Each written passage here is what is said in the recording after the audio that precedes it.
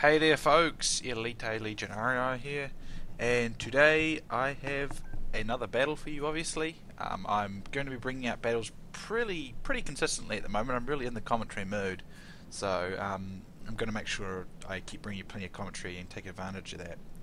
Anyway, this was a 3v3 31k I did a number of months back. It was a really nice one. I got to use my Macedonian army quite well in this one, I thought, and I rather enjoyed it from that perspective, because Macedon's a faction I've always really loved, but I've never been very successful with them. I've said it in other videos in the past, it's a bit of like what I'd call the bogey faction. I just seem to get a lot of bad luck with them, if you know what I mean, or things like don't go my way. Rather than necessarily making mistakes, which obviously I do make mistakes with them from time to time, but quite often it's just pure misfortune that caused me to have a bad run with Macedon. And this game I had a nice run with them. So anyway, my army consists of, I believe it's 6 companions that look to be gold by the looks of things. I've got 4 Cretans, which are fairly heavily upgraded. 5 upgrades is quite substantial for archers, but then again, one of my opponents is the Seleucids, there's a good reason for that. And I've gone with less pikes. I've only gone with 9 pikes. This is because I'm going to go after the Seleucid player, and I want to focus the archers. Actually 10 pikes if you include my general here. Then we have Imperator, RV clan. I'm not really sure what clan he's really in, if he's in one at all, but he's associated with the 31k group, and he's a nice guy. He's playing as the Julii-Romans. I believe his build is a 14-6 build. Here's his cav over here. And then of course, no game's complete without this guy, Cleomenes of the Greek clan. It was Cleo who was very persistent in messaging me, asking me to come back to Rome Total War, to get back involved with the 31k. So a big thanks to Cleo for being very persistent and helping me to get my gaming mood back on, if you will. I thought I'd tribute this video to Cleo. So he's playing as the Greek cities, and it looks like he has 4 archers, 16 pikes, I think. No, it must be 15 pikes, 4 archers, and a militia cav with his general in it. Interesting move. Maybe he just wants to have a mobile general, I guess. Our opponents are the Scipii under the command of Brotherhood clansman Corbzer. I don't know if this guy stayed with the Brotherhood. He seemed pretty new at the time we did these battles. Such as you can see, he's got some archer auxiliary up in the peeler screen, which is an odd decision. Anyway, that's his army. It consists of, 5 Praetorians, those 2 archer auxiliary, and the rest are urbans. Then we have Heaven clansman Zerberus. Zerberus, of course, back there a few months ago, joined Heaven, and is still involved as far as I know, although I haven't seen him play for a while. But then again, I haven't been around for a while, so my knowledge on who is and who isn't playing isn't that good. He's got 2 archer auxilia. Looks like he's got 5 Praetorian cav, 1, and then is it a first cohort back here, or just an urban? And then he's got the rest of urbans then. And the Seleucid player here is Heaven clansman Lucius. So I was actually going against my 2 clans members. I had another battle I'll upload where it was these same people. I was teamed up with my clan though, but this one I wanted to kind of tribute to Cleo, because Cleo was the one who got me back into this. Anyway, looks like Lucius has a general's armoured bodyguard, 5 cataphracts. Looks like he's got 7 silver shield legionnaires, and I'd say that's 6 pikes, silver shield pikemen. And he's wisely put them in loose. Anyway, I thought that Lucius was going to deploy back and sort of go in this way, so I was ready to chase after him by deploying in this way as well, but he actually hasn't, which surprised me a bit. I would have deployed up and sort of run straight at him, but I figured he would want to avoid a fight with me, because a fight with Macedon would absolutely... Macedon is a great way of killing the Seleucids, and I really wanted to fight him from that perspective. Anyway, let's begin. So I'm going to get pretty aggressive here with Macedon, trying to go after the Seleucids, because I know my faction will do well against him. But I'm expecting him to shift inwards here, probably look for a central position, or protected by his allies here. Cleo's going to take a pretty aggressive stance. I remember correctly, we were going to actually push pretty hard against the Seleucids from my guys, and then Cleo from the other, and Imperator would back up and support. But I think we were going to project it from this side, because Cleo was substantially ahead of everybody else, as you can see. So yeah, he's opening up on these archer units of Zerberus, and you can see that Cleo's pulling well ahead, but he's got cavalry support there from Imperator, and I am sending my cavalry around this way in case it's needed. But in most cases you don't want to shoot too far ahead on your own, but with the Greek cities you can, because the Spartans are very, very powerful. They're quite capable of handling themselves if they're isolated or on their own, especially in the hands of someone as good with pikes as Cleo is. So that's why he's shooting here, but he's got cavalry support with him, so he's alright. So at this stage Cleo decides not to go too far, just in case he gets himself a bit in trouble there. But I think what Cleo's trying to do here is he's trying to pin down this army, and he doesn't need all his Spartans to do it, so he'll pin down Zerberus, and he'll be able to pin down a good number of corps there as well.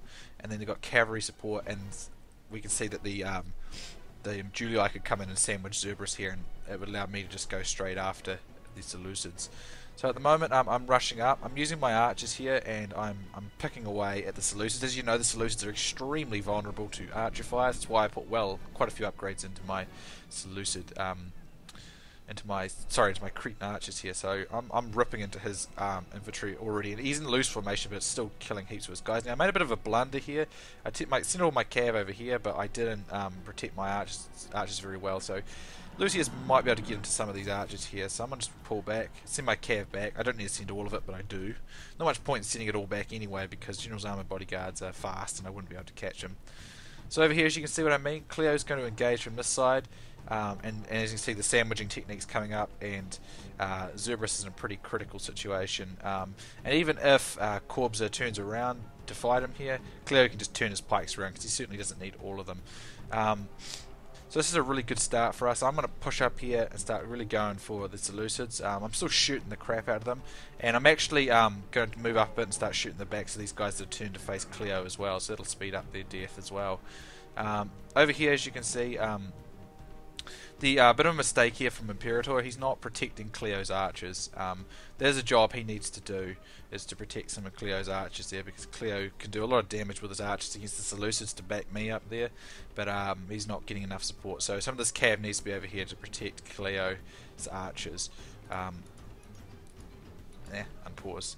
But as you can see, he also needs to pour on more infantry as well. He's still got several infantry. He just needs to fully engage here so that they can destroy the Senate. As you can see, Lucius is going to try and take down, get rear charges here, but this is not going to work. And again, Corbza needs to get engaged here as well. He needs to push on Cleo just to stop him, because otherwise these guys are going to get destroyed. So at this point, I see a nice little opening to slice straight through here and into the back of these fixed urbans here. So I'm going to take that here. As you can see, I slink right in here with my companions. Companions have a great 9 charge. This is precisely what they excel at doing. So I get a really nice charge in there. Would have been slightly better if I managed to angle it upways through here, but I managed to get, I think it was 3 routes to happen there.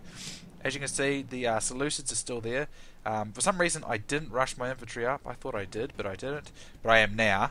But I think I was just taking my time shooting the flanks here, so I'm getting quite a lot of flank shots into these Silver Shield Legionnaires, and I'm going to bring some more cavalry charges in through here. I'm just going to quickly get rid of these guys here, although I did go into the front of those Pila, but it doesn't matter. I'm going to pull out. Over here, as you can see, Imperator is doing a nice job of mopping up Corbza's cav. I believe they had a cav fight, and he's pretty much winning it. And here you can see, as you can see, Greece doing what Greece does best. Look at this, Cleo doesn't need all his guys here because he can turn them to face these guys here. I think Corbs has left it too late to back up Zerberus, because Zerberus is now in a really bad situation. Now I'm pouring in on the Seleucids, and the Seleucids are sorely out of position, and they're getting absolutely hammered by archer fire, which is exactly where the Seleucids never want to be. As you can see, Cav Strike coming in from Zerberus here, try and relieve pressure on himself, but it's going to go to the front of the pikes, so that's not going to go well for him at all. As you can see, Cleo's still got guys in reserve, and these Cav take heaps of casualties. These Spartans pinned them very well there, so it was a nice move by Cleo.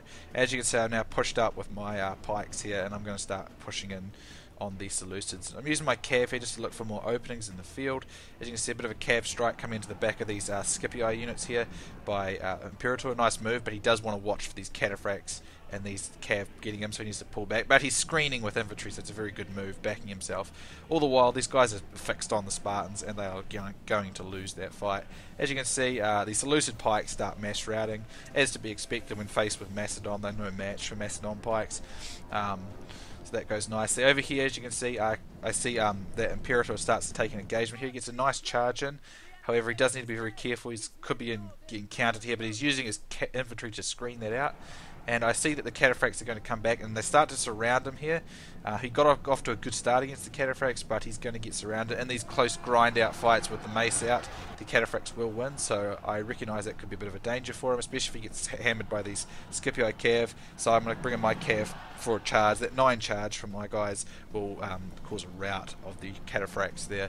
So he's done a nice job blocking, though, but Corbs missed that opportunity there, and unfortunately I was able to back him out there and back him up there, and he got some cover. Anyway, over here, as you can see, I'm just pouring on the remainder of the Seleucid infantry. All the while, I've moved my archers around, and these guys are just pouring archer fire into the flank over here. These guys are getting ripped on. They're just pinned down by Cleo here. He's doing exactly the role that Greece does best, just basically just grind its way forward and giving us time to use our cavalry and other options to back him up. And as you can see, these guys are getting pretty quickly defeated. As you can see, Cleo's just pushing through there, and now I'm about to flank right around. I've actually got too many pikes fighting here. I should just really push right around. And then I bring in my cav for a quick cav charge here. Ask Cleo to lift the pikes, and that's going to cause a mass rout in the centre of the remainder of the Scipii infantry. And I believe Imperator is just chasing off routers, and it's just generally a pretty piecemeal fight at this stage. You can see we broke through. The attack worked perfectly. We disrupted the Seleucids. Cleo fixed both of them. It was a great move. As you can see, they sandwiched Zerberus very, very well there. Cleo used Greece, and if you did that with a lot of other factions, it'd be very risky, especially if they had plenty of cavalry, but that won't work against the Greek cities, obviously, because the Spartans have such high morale, and obviously cav can't be used easily against the Spartans. He did a nice move, because he shows us there, what Cleo showed us there was you don't need all those Spartans for one army.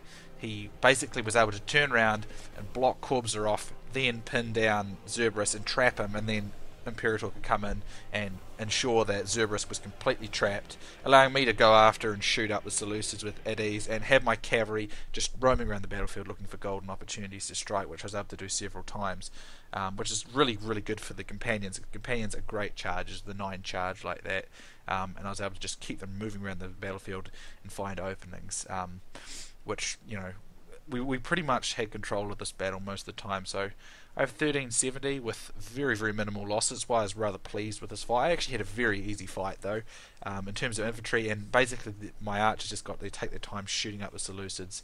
And my cav, Cleo's move was great. The backing by Imperator was great, and that just allowed me to keep my cav basically looking for those old golden opportunities, as I said. And I was able to just move around the battlefield and hit where I needed to hit. So I ended up coming with nice kills with like virtually no losses, like less than 300 losses, about 260, 70 losses there. So that was very nice for me. Cleo's got 1500 there. He's still got half his army, and not too many kills for Imperator, but he was good there. He recognised what Cleo was doing, went in, backed him up, and they trapped Zerberus, and that meant Zerberus was completely unable to get out of that situation. His army was basically done by that point. Corbzer might have been able to help him if he put more pressure on Cleo a wee bit earlier, but it would have been very easy. And Lucius, he got the fight he didn't want against me with Macedon, and Macedon will always beat the Seleucids in a straight up infantry battle like that. I had the archers, and I could rip up his men, and it was another good bit of work there was that these guys managed to turn these flanks a little bit, which meant I could shoot them up even more. Really, their teamwork didn't come together very well there, and Cleo's opening move set up the whole battle at the end, so it was really nice. So as you can see, those companions clocked up a fair amount of kills, but actually it seems to be the archers that did the best. Look at that, heaps. So yeah, I mean, cav and archers here for sure. It worked out very well. I mostly just played a supporting role in this one, but it was a nice win for Macedon for me, because as I said, I don't often get a lot of success with Macedon. But anyway, great game to everyone here, particularly Cleo. I thought he set that up perfectly at the start there, and then enabled us to pull off a pretty decisive win there by the end.